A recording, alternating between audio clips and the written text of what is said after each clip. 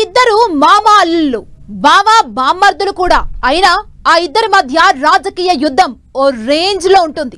ఇద్దరు రెండు వేర్వేరు పార్టీల్లో ఉంటూ తమ రాజకీయాల కోసం నిత్యం కత్తులు దూసుకుంటుంటారు.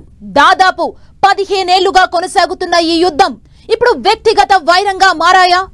వైసీపీ అధికారంలో ఉండగా అల్లుణ్ణి జైలుకు పంపిన మామపై ప్రతీకారం తీర్చుకోవాలని చూస్తున్నారా? ఇంటి పోరు ఎంతవరకు దారి తీస్తుంది?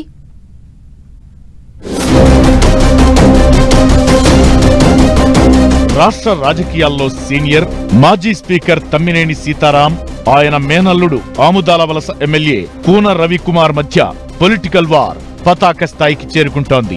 ఈ ఇద్దరు రాజకీయ ప్రత్యర్థులుగా 2009 నుంచి తలపడుతున్నా గత ప్రభుత్వంలో రాజకీయ వైరం వ్యక్తిగత కక్ష సాధింపులకు దారితీసిందని ఆరోపణలు ఉన్నాయి. తన రాజకీయ ప్రత్యర్థిగా మారిన మేనల్లుడు రవిని ఇబ్బంది పెట్టేలా అప్పటి స్పీకర్ తమ్మినేని పావులు కదిపారని, ఆయనను జైలుకు పంపేందుకు కేసులు కూడా పెట్టారని చెబుతుంటారు. అయితే ఇప్పుడు టీడీపీ అధికారంలోకొచ్చాక కూన రిటర్న్ గిఫ్ట్ ఇవ్వాలని భావిస్తుండటమే హాట్ టాపిక్ గా మారింది.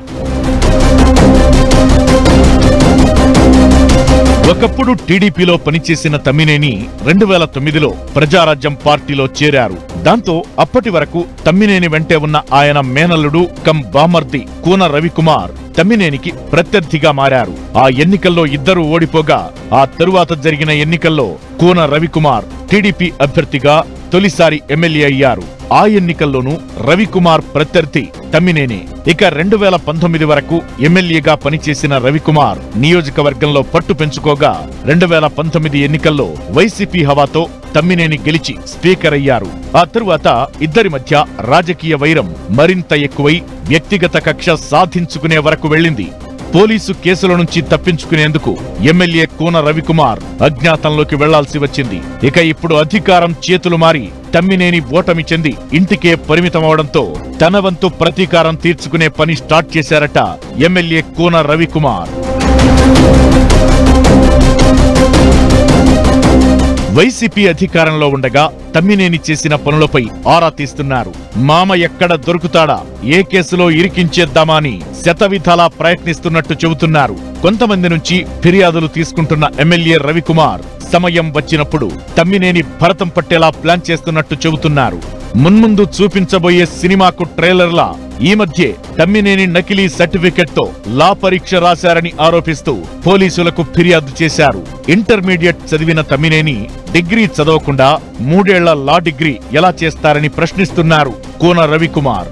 ఈ వివాదం వైసీపీ హయాంలోనే మొదలైనా అప్పుడు పార్టీ అధికారంలో ఉండటంతో తమ్మినేని తప్పించుకోగలిగారంటున్నారు. ఇప్పుడు ఎమ్మెల్యే కూన రవికుమార్ ఫిర్యాదుతో తమ్మినేని తప్పకుండా వివరణ ఇవ్వాల్సి వస్తుందని అంటున్నారు.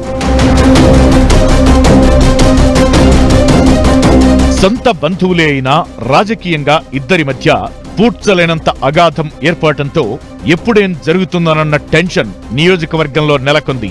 టీడీపీలో ఎమ్మెల్యే కూన రవికుమార్ ఎదురులేని నేతగా ఎదగ్గా అటు తమ్మినేని మాత్రం ఇటు ఇంటిపోరు, అటు పార్టీలో అసమ్మతి నేతల వ్యతిరేకతను ఎదుర్కొంటున్నారు.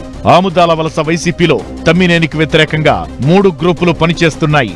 గత ఎన్నికల్లో తమ్మినేని ఓటమికి అసమ్మతి నేతలు కూడా ఓ కారణమనే వాదన ఉంది. ఇక సొంత ఇంటిలో మేనల్లుడు కం బామర్దితో రాజకీయంగా వ్యక్తిగతంగా వైరం ముదురుతుండడంతో తమ్మినేని రాజకీయ భవిష్యత్పై ఆసక్తికర చర్చ జరుగుతోంది. సుమారు 69 ఏళ్ల వయసులో ఉన్న తమ్మినేని ఈ ఎన్నికల్లో పోటీ చేయకుండా కుమారుణ్ణి పోటీకి పెట్టాలని భావించారు. కానీ వైసీపీ అధిష్టానం అందుకు అంగీకరించలేదు. వచ్చే ఎన్నికల్లో వయసు రీత్యా మళ్లీ పోటీ చేయలేని పరిస్థితే కనిపిస్తోంది. ఈ నేపథ్యంలో కుమారుడికి మంచి రాజకీయ భవిష్యత్ చూపాల్సిన బాధ్యత తమ్మినేనిపై ఉంది. దీంతో కూన రవికుమార్ విసురుతున్న బాణాల నుంచి తప్పించుకుని నెగ్గుకు రావడమే తమ్మినేని కర్తవ్యం అంటున్నారు. మరి నకిలీ సర్టిఫికెట్ల వ్యవహారంలో తన తప్పు లేదని తమ్మినేని నిరూపించుకోగలరా అన్నదే చూడాల్సి ఉంది.